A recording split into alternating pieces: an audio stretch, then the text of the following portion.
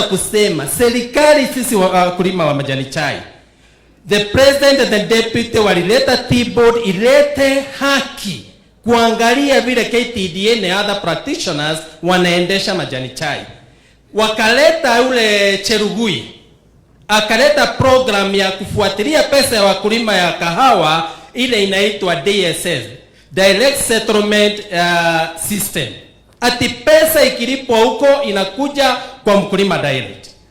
Sisi viongozi ndio tunaenda kusema kuna corruption in those programs. How can and you are the one shouting on corruption? Si afadhali tungechukua hatua, si ndio?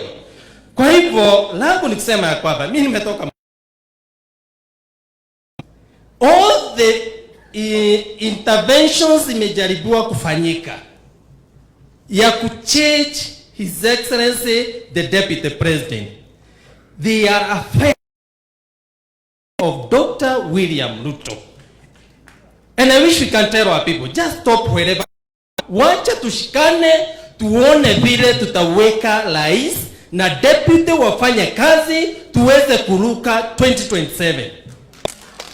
Bwana DR, mimi nilianzana na president nikiwa 2008. I was a councillor and chairman of the council.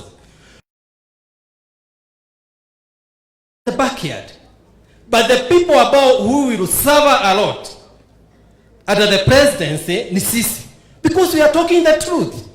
Tunamwambia ukijaribu hiyo mambo ya kina Kidiki kubadilisha, ukijaribu hiyo mambo ya Ndindi, ukijaribu hiyo mambo ya whoever kubadilisha, wananchi wamekataa. That's the truth. Lakini ukisema hiyo ukweli unarushwa nje. We will suffer.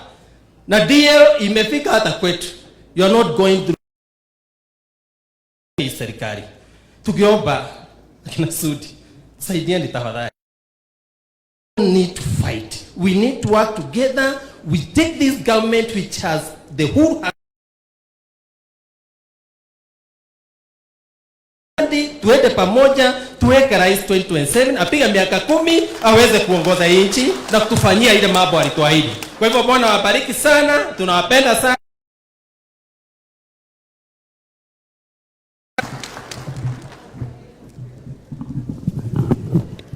Thank you very much.